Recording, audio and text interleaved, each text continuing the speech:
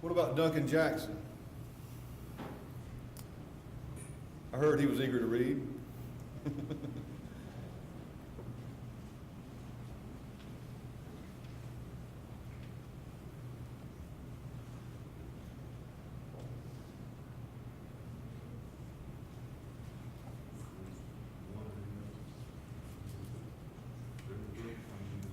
got it right there. Good evening. Before I read, I just want to say that when writing fiction, we seem to take aspects of our personalities or those things that have happened around us and infuse them into the characters. And that's our way of bringing some reality to what we write. But when dealing with poetry, it's more honest, more emotional, and you really have to be able to take that extra step in order to convey that feeling. I mean, if what any person writes doesn't make you feel what they're feeling at that moment, then, well, I don't want to say fault lies anywhere, but that is our job, to try and make you feel what we feel. And I have two selections I would like to read for you this evening. The first is a piece titled Allison's Song. Upon the streets she has returned for just another night. She rises when the sun goes down, again to face her plight. She curses all the gods she knows for bringing her to sin, but long as there are four to feed, this life will never end. She's moved to here and taken there, just for their satisfaction. The money made is good, she knows, but how she loathes this action. Through many nights she has endured the bruises and the beatings. She's cleaned them, dressed them, sewn them all, in time for her next meeting. The bills all paid, the food, clothes bought, a little left just might. If that shan't last, again tomorrow, for just another night.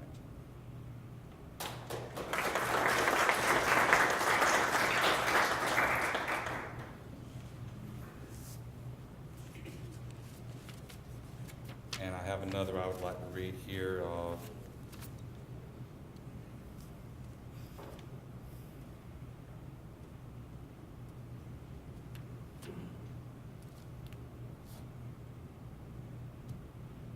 This is for Sonny.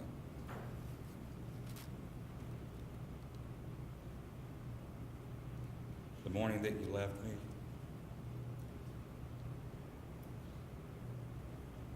excuse me.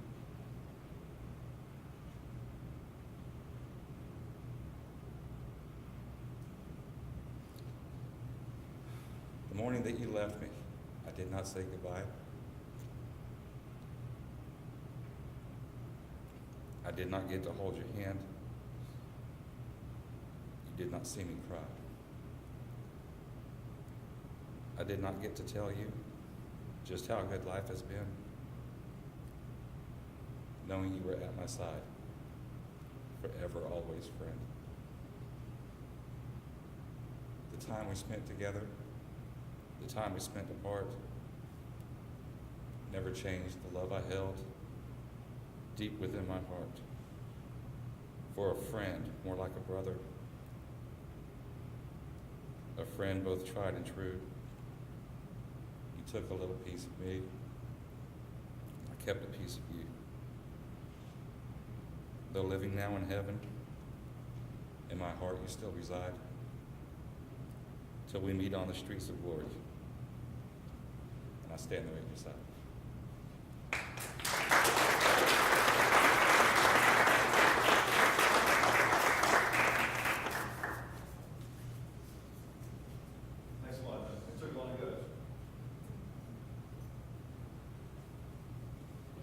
Anybody else wants to? I know Jared Brogdon is going to sing his poem, but I wanted to hold that to the end because I didn't want anybody to have to follow a guitar player.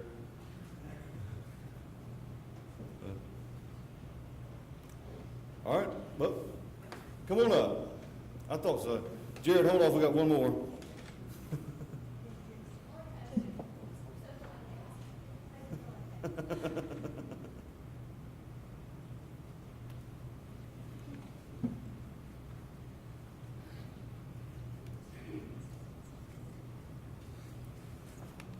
She will need to be escorted to a rehab facility and watched for 72 hours. This is what the Indian doctor was telling my mother. There's a big chance she could lose her mind. I think the man was right, personally. My emotions were indeed spinning out of control, and even breathing was difficult. My twin sister had just died after a month's stay in the hospital. It was suicide. How does someone cope with saying goodbye to a sibling? Phoenix Mental Hospital was where I was taken. I spent 4 long days in a place that seemed just like a prison. This was the very last place I wanted to be after having something tragic happen. Mental hospital is not really a comforting place to be no matter what the situation. I would sit in my room all day and think about my sister, contemplating what went wrong, almost drove me insane. The police came to see me many times in my 4-day stay at what I like to call a mental health spa. They always had so many questions and I had no answers. If you had asked me 2 years ago if my sister was sick, I would have punched you in the face. She was fine then, at least I kept telling myself that. In December 2004, I was sitting by the bed of my twin Mary. She was coming out of a drug-induced coma. I had been sitting in her room for days on end waiting for her to wake up. She had what seemed like hundreds of tubes going into her arms and a big machine making her breathe. This was the first time she had been hospitalized like this. This was the beginning of my breakdown and the final chapter of hers. My sister confided in me with her problems after her hospital stay. An eating disorder had plagued her since she was young. I had no idea about this. Apparently my sister envied me because I was so gorgeous. I never understood that. She was my twin. She was just as gorgeous as me. It really hits me hard to think that my sister was jealous of me, and that seeing me is what made her hurt herself. Almost a year after her first visit in the hospital, she was back again. At 15, she weighed less than 100 pounds, and her hair was falling out. Talking to me was difficult for her. Honestly, didn't want to hear what she had to say anyways. All she would say was how she hated me now. Liz, I hate you. You are so healthy and beautiful. My mental state was fated to crash after this. Mary stopped breathing shortly after telling me she hated me. I was in the room along with her. My parents were downstairs eating. She just looked at me, and everything just stopped. Her heart stopped beating, and my world stopped making sense. I stared down at my sister, my twin, dead at 15. I looked at her and just saw myself. I lost all sense of the world that night. I remember running down the hall screaming for her nurse. I easily could have flooded the world with the number of tears I cried. I didn't eat for days. Breathing was the least important thing on my mind. I was a zombie. At my sister's burial, I tried to go down in the earth with her. I really had lost myself. I blamed myself for her death. She had told me she hated me. If I wasn't there, maybe she would have lived happily. I had a panic attack at the end of her ceremony, and my mother took me to the hospital where the rehabilitation for me began. It took almost a year to come to terms with my sister's death. I understand now that it wasn't my fault that she died. She was just sick. My mother is the reason I pulled through all of this. She took such good care of me. Even so, every now and then when I look in the mirror, I feel sick. I see my sister everywhere, even if she isn't here. A part of her lives on in me, and a part of me died with her.